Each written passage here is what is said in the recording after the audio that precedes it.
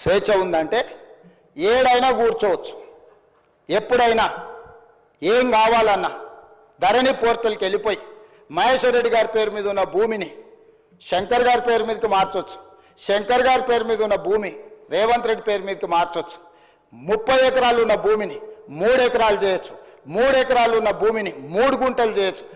ఏం కావాలన్నా స్వైర విహారం చేసే అధికారం వాళ్ళకి ఇచ్చి ఆ ప్రైవేట్ ఏజెన్సీలకు ఇచ్చి ఇవాళ పూర్తిగా రాష్ట్రంలో ఉండే భూమి అంటేనే భయపడేటట్టు, భూమి అంటేనే మాకు ఉంటుందో ఉండదో అనే అభద్రతా భావనలకు నెట్టేసే ధరణి చట్టాన్ని తీసుకొచ్చి ఈరోజు మొత్తం లోపభూయిష్టంగా వీటిని తయారు చేస్తే గత సంవత్సరం నుంచి చాలాసార్లు చాలామంది మమ్మల్ని అన్నారు, ఇంకెప్పుడు తెస్తారా మీరు, ఎప్పుడు మీరు కొత్త చట్టం తెస్తారా?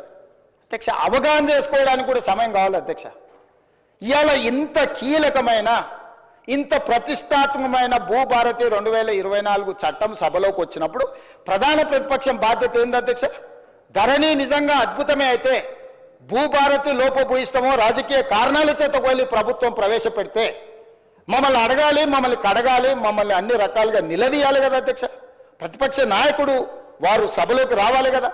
ఎందుకంటే మా అందరికంటే వారికి ఉద్యమకారుడికి ఎక్కువ అవగాహన ఉంది. 80,000 పుస్తకాలు చదివినాను వారు పదే పదే చెప్పినప్పుడు ఆ 80,000 పుస్తకాల యొక్క సారాంశాన్ని రంగరించి వారి మెదడును కూడా కరిగించి వారు సృష్టించిన అద్భుతం అమృతం ఆ ధరణి గురించి వారు వచ్చి లేదా వాళ్ళ పార్టీ తరఫున సంపూర్ణంగా మాట్లాడుంటే బాగుండేది కదా అధ్యక్ష.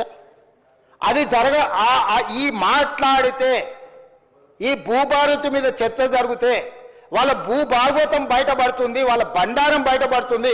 మళ్ళీ ఇంకొక కొత్త విచారణలను కేసులను ఎదుర్కొని జైలుకు వెళ్లాల్సి వస్తుంది. కాబట్టి ఎట్టి పరిస్థితుల్లో ఇది చర్చ జరగొద్దని ఒక తొండి పంచాయతీ తీసుకొచ్చి పెట్టారు అధ్యక్ష.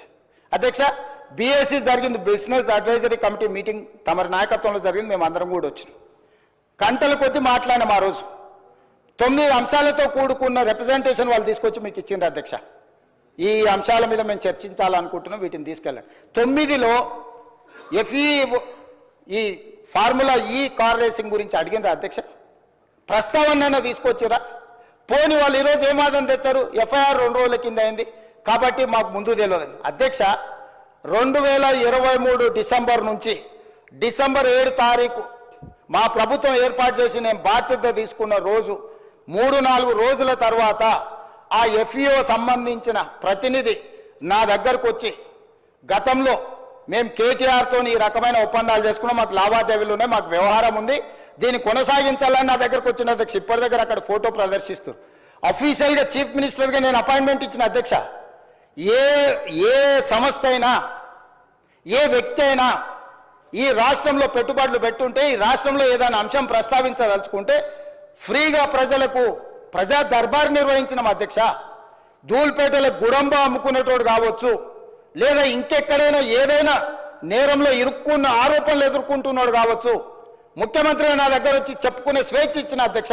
అతను ఎదుర్కొంటున్నది నిజమైన ఆరోపణనేనా, నిజమా కాదా, వాస్తవమా అవాస్తవమా, ఎవరు వచ్చినా చెప్పుకునే స్వేచ్ఛ. నేను నా ఇంటి దగ్గర రోజు వందలాది మంది నేను కలుస్తా అధ్యక్ష. ప్రతిరోజు సెక్రటేరియట్లో మీకు తెలుసు 4 గంటల నుంచి 8 కానీ 9 కానీ ఎన్ని వందల మంది వచ్చినా ప్రతి ఒక్కరిని కలుస్తా, ప్రతి ఒక్కరితో ఫోటో దిగుతా. ఈ ఎఫ్ఈఓ సంస్థకు సంబంధించిన ప్రతినిధి ఈ కార్ రేస్లకు సంబంధించి చర్చించాలంటే నేను అపాయింట్మెంట్ ఇవ్వకుంటే ఎందుకుంటా అధ్యక్ష? ఏముంది అధ్యక్ష? నేను దిగిన ఫోటో అధ్యక్ష, ఆ ఫోటో నేనే దిగిన, వాళ్ళని పిలిచినా నేను. వాళ్ళు వచ్చి కలుస్తామంటే రమ్మన్నా, వచ్చి కలిచారు. కలిసిన తర్వాత ఈ విషయం ప్రస్తావించారు. ఈ విషయం ప్రస్తావిస్తే నేను అడిగిన మాకేం సంబంధమయ్యా, మాకేం సంబంధం, దీంట్లో ప్రభుత్వం ఎందుకు డబ్బులు ఇస్తుందని. లేదు సార్, కేటీఆర్ మేము చీకట్లో మాట్లాడుకున్నాం, అదంతా సెట్ అయిపోయింది సార్, జర్ర మీరు అంటే ఇక వేసేసుకొని వెళ్ళిపోతాం సార్, ఒక 600 కోట్లు జర అని రా సార్ అని వచ్చారు. అనే ముందర ఫస్ట్ అయితే అధికారులను అడుగుదామని చెప్పి ఆయన చెప్పిన తర్వాతనే దీని వెనకాల ఉన్న వ్యవహారం ఏంది అనేది నేను అధికారులను పిలిచి అడిగిన అధ్యక్ష.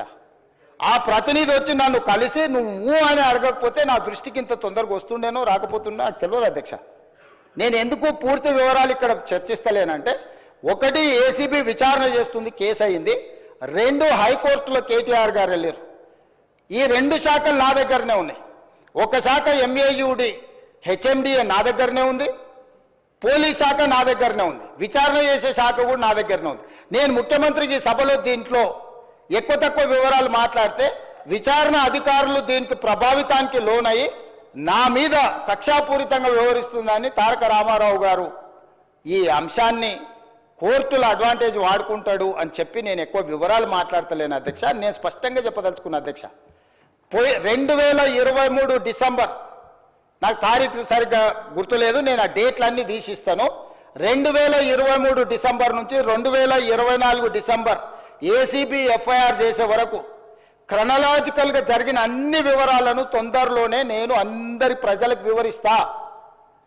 ఆ సంస్థకు సంబంధించిన ప్రతినిధి నన్ను కలిసి నాకు వాళ్ళు జరిగిన లోపాయకారి ఒప్పందాల గురించి చెప్పి దీన్ని నువ్వు సహకరించాలని అడిగినప్పుడు శాఖ నుంచి సమాచారాన్ని తెప్పించుకొని ఇది తెలంగాణ రాష్ట్ర ప్రజలకు సంబంధించిన సొమ్ము, హైదరాబాద్ నగర అభివృద్ధి కోసం మాత్రమే వాడాలి, కొద్దిమంది తోసుకుంటే కుదరదు అని చెప్పి దాన్ని వివిధ సందర్భాలలో అధికారుల నుంచి సమాచారాన్ని సేకరించి అధికారులకు పై అధికారులు నోటీసులు ఇచ్చి వాళ్ళు ఇచ్చిన రిప్లైల ఆధారంగా దాన్ని విచారణ చేపట్టాలి అని చెప్పి ఈరోజు ఫిర్యాదు చేసినాం అధ్యక్ష.